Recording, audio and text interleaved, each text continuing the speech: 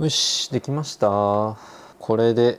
プリント完成です。これが何かと言いますとですね、このちょっとサポートを剥がしてこんな感じの物体です。これはバックハンガー、プレダクツでも純正というかで出ているハンガーなんですけど、それをちょっとアレンジしたものになっています。なんでそれが必要だったかというと、今ここに2つバックハンガーついてるの、これ分かります？この2つ同じものをすでにこっちにもうつけているんですよ。これが必要だったのは、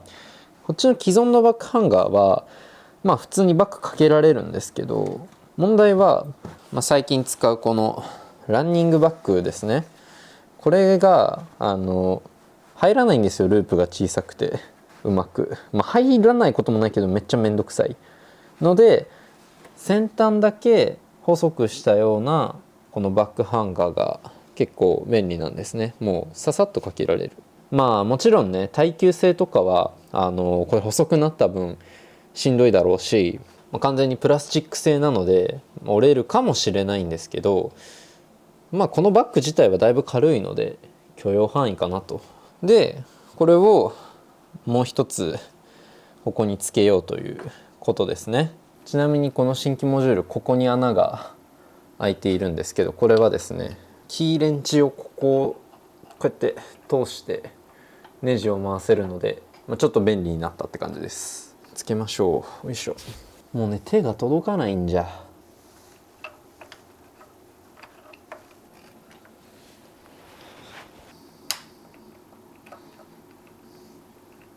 よし。OK。OK。ここに今回かけたかったのが、このインスタ360ルナウルトラ、そしてこの DJI マイクです。これをね、ここにこうやって設置して、っていうのもここら辺の撮影機材は手元にないとね、本当に準備に時間がかかって撮影のハードルがちょっと上がるんですよ。腰が重くなるというか。なので手元にあってもよし撮ろうって思った瞬間にもう撮れるくらいに荷物を周りに固めておきたいんですよね。できるだけこのハードルを下げたかったというのを、これで解決しました。これでバック機材、3個ハンガーが並びましたね。撮影のハードルがこれで下がればいいなと思います。てかこれ今ね思ったんですけど、もはやこのケースすら不要なんじゃないかという気持ちにはなってきましたね。撮影ハードルを下げるという点では。もうこのケース外して充電を24時間できるようにしておいた方が楽かもしれないな。ちょっとそういうマウントを作ることも考えたいですね。ちなみに今回のモジュールの 3D データもクロードに作ってもらいました。フェイブルのモデルを使うともうね、一瞬でできますね。スピード感がすごい。フュージョンとクロードコードをつなげて、でフュージョンを操作してもらう。でフュージョンでできた 3D データをプリントするみたいな流れなんですけど、これだともう 3D 系のツールを学ぼうみたいなモチベーションはないかもしれない。作ってもらえちゃうからね。そんな感じでデスク環境は日々アップデートを重ねています。この前デスクツアーの動画として一旦まとめたんですけど、ちょっとねやっぱ改めて動画を自分で振り返っても機材多いなって思っちゃったんですよね。ごついし物が多い感じ。僕の本来のデスクの理想像ってどんなんだったっけっていうのをもう一回考え直すと、やっぱり書斎みたいなデスクなんですよね。もっともうアナログにより近い感じだから、機材を増やしていって PC デスクとして完全に機材揃えましたみたいなデスクは、正直そんなに好きではない。最近買ったこの辺に置いてる黒用のトランスペアレントメカニズムの文房具もドロワーの中にここに入んなくて、ちょっと行き場を失ってます。書斎っぽいデスクという意味で、やっぱりデスクの上に置くものをね減らしたいんですよ。本当はもうちょいデスクの上からどんどん特に電子系というかね、電子機器をどんどん減らしていきたいんですけど、その点ではここにこのサンダーボルト3ドックを置いたっていうのは良かった。やっぱこのデスクにおいてあらゆるデバイスとつながってるのはこれなので、ケーブルが後ろにも10本ぐらいついてるんですよ。それをデスクの下にやれたので、視界からすごい綺麗に消せたのは良かったですね。で、まだまだ減らせる機材は正直あって、1個がこのマイクなんですよ。この前の動画だとリグのアームにつけてもうダッシュボードに固定しちゃってたんですけど、やっぱね使用頻度が少ない割に視界にすごい入ってくるなって思って一旦スタンドにしたんですけど、やっぱデスクからそもそも外しちゃってもいいなってちょっと思い始めてます。なぜ使わないから。そんなにないと困るんだけどずっとここにある必要はないので、ちょっとこいつは一旦外しましょう。でもう一つ言うとこれね、ストリームデック、これも同じようにあると便利なんだけど、そんなに使用頻度高くなかった。結局クロードコードは常に走らせてるんですけど、それこそ2画面目もあるし、そもそも僕、家で作業する時間ってそんな多くないんですよ。むしろ、そこにある Mac mini とかを遠隔で操作したいっていうのがあったので、ここまでデスクに露出させておく必要もなかったなとか思ったりもしちゃいます。これで効率化される範囲が僕にとってはそんなに多くなかった。これも一旦外しちゃいましょう。ちょっとすっきりしたかな。でただ外せないものもあって、例えばこの辺ね、これはデスクツアー動画でも話したんですが、このサプリ系はしまってしまうともう取り出さなくなるんですよ、忘れて。ちゃんと視界に入る場所に置いておいて、飲まなきゃっていうのを思い出せるようにしないといけないので、ちょっとこれはね、ボトルをなんか変えてもいいっちゃいいけど、この辺はなんで今のところはデスク脇に置いておきたいなと思っているのと、あとここですね、これ本ですね、本。この辺はどうしよっかな。いや、置き場所がないんですよ、シンプルに。本棚がこの家にはない、1個なくはないけど、無印のねワゴン、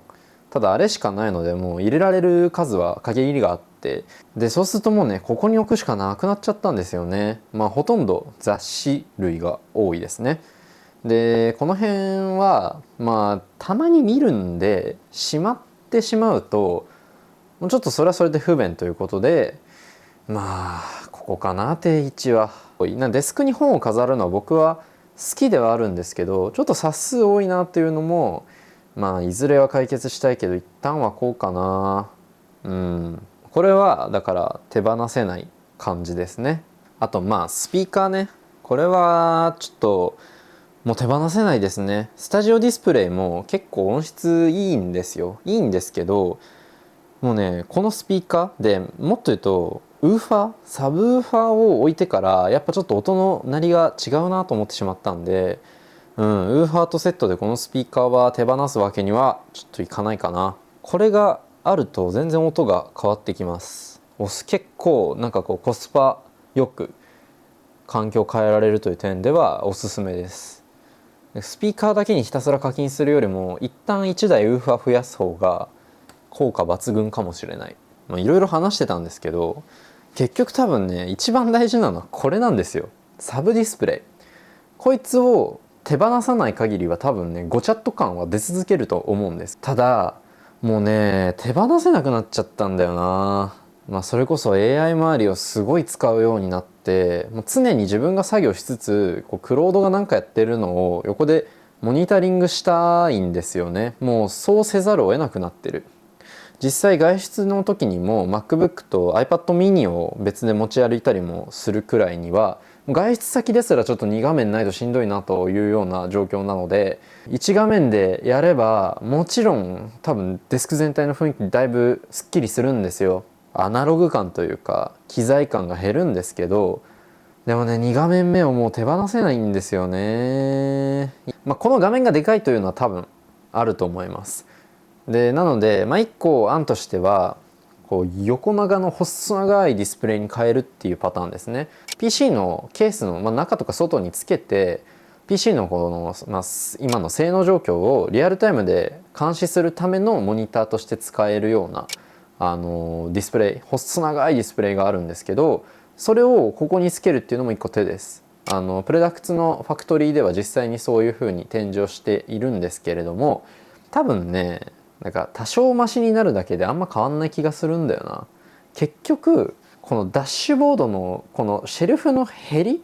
ここの面が出てるか出てないかが結構でかい気がするんですよね。だし、あと僕が結局表示したいのって基本的にはクロードのやり取りなんですよ。それって横長だと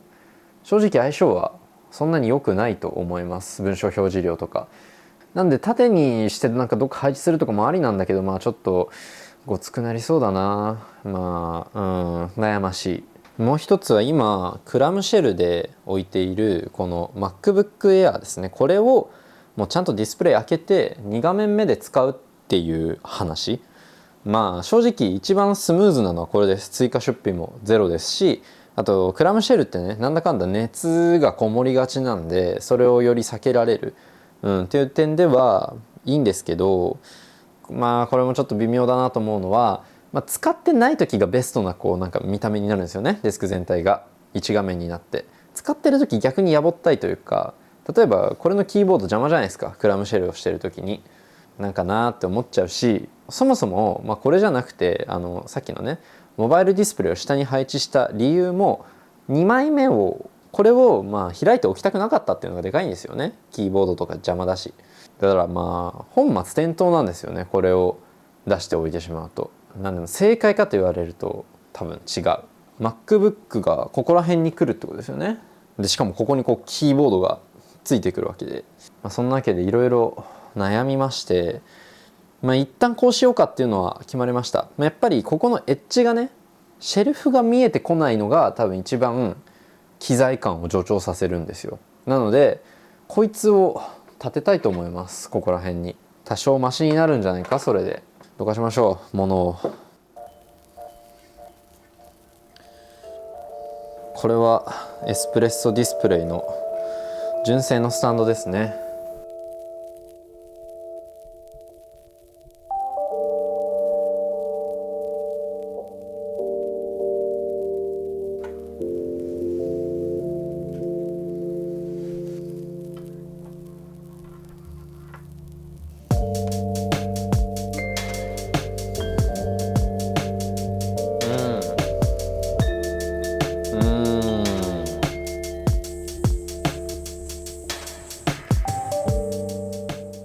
というわけでこんな感じです。見やすいよ、見やすい。それは間違いないですね。上下よりも多少左右であった方がいいな。クロード横で表示めっちゃ見やすいですね。横の方がいいな、使い心地で言うと。あとここもすっきりしましたよね。この辺もねちょっとスカスカ感があるんで、操作とかねいろいろ入れるにせよやっぱこっちの方がいいな。全体的な感じはいい。どうしようね。やっぱゼネオンエッジここにやるのがいいのかな。縦に悩ましいな。少なくともこれいいんだけど、こんなにいるかっていう問題が1個あるのと、固定方法をどうするって問題もありますよね。純正のマグネットスタンド、やっぱここ視界にこうやってここにスタンドが見えるのすごい嫌だな。やっぱねシングルディスプレイはいいですよ、とても。やっぱね AI のせいでいろいろとちょっとなんか狂ってきてる。2画面目が必要になってしまったんで、これがない生活はちょっとさすがに無理だから、どうすればいいかアドバイスをください。スタジオディスプレイ2台みたいな、ここまでいけばありなのかもしれないけど、シェルフは邪魔だよね。そうすると何より高いし、危ない選択肢に入れるとこだった。普通に予算超オーバーです。でも一旦こっちの方が使いやすそうというのはすごくよく分かりました。めっちゃ便利。これクロード用の画面はやっぱり横にあった方がいいし、あと縦ウィンドウの方が使いやすいですね。悩むな。本当に悩むだけの動画でした。ちょっとねデスクツアー動画を出せばもうなんか自分の中で気持ちがすっきりするだろうと思ったんですけど、全然そんなことはなかった。むしろやっぱ正解が見当たんないなと思いながら模索してます。ちょっと皆さんのアドバイスとかをよければいただけると嬉しいです。このチャンネルではですね、他にもライフスタイルに関する動画を載せていますし、あと最近ですねリビングラボプロジェクトというメンバーシッププログラムも始めています。ぜひ概要欄の方から、記事の方を読んでみて、気になったら、登録の方もぜひぜひよろしくお願いします。ということでこんな感じで今日は以上にします。なごみけでした。では。